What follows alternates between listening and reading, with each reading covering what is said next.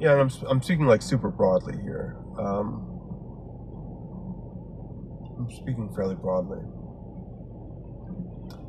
Yeah, that's one thing I think, like, that's why it would be nice to raise your kids Christian, even if you don't really believe in it, if you could, because I feel if it's great to have Christian kids, not for the moral reasons in particular, but because it forces a child to like consider a framework, to start off with a framework, and that really makes the mind, I feel like that kind of forces the brain to churn in ways that don't necessarily occur when you're free. Like, I consider the mentality that I have, and I don't mean free in like, an ideal sense, like everybody wants to be this way, like that's the ideal.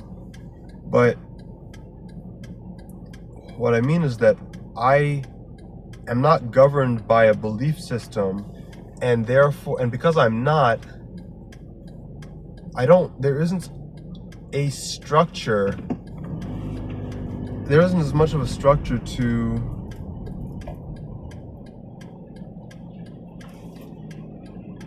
there isn't a critical structure that exists. I mean, I have method. I know there is. I mean, there's like, I could say like, well, the scientific method provides a whole bunch of like critical tools. But another thing about the scientific method and like scientific beliefs, and this isn't like an indictment, this is kind of built into there, I guess. But one thing that's kind of important to consider is that like, it's meant, man, no, like, it's not meant to be dispassionate, actually, is it? It's not meant to be dispassionate. But, man, yeah, like, for me, I think it's,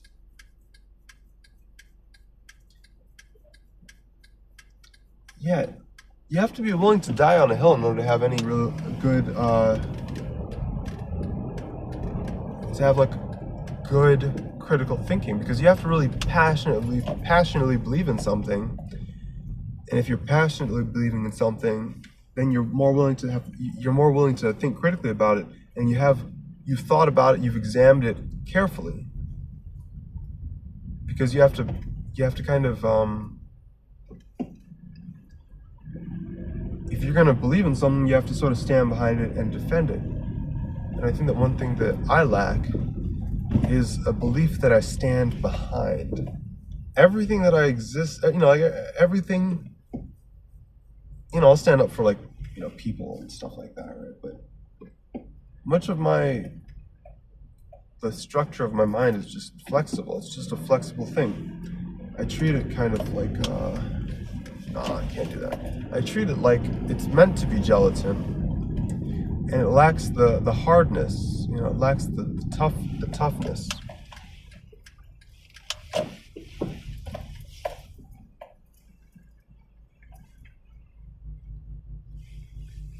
Of people that are constantly believing in things passionately.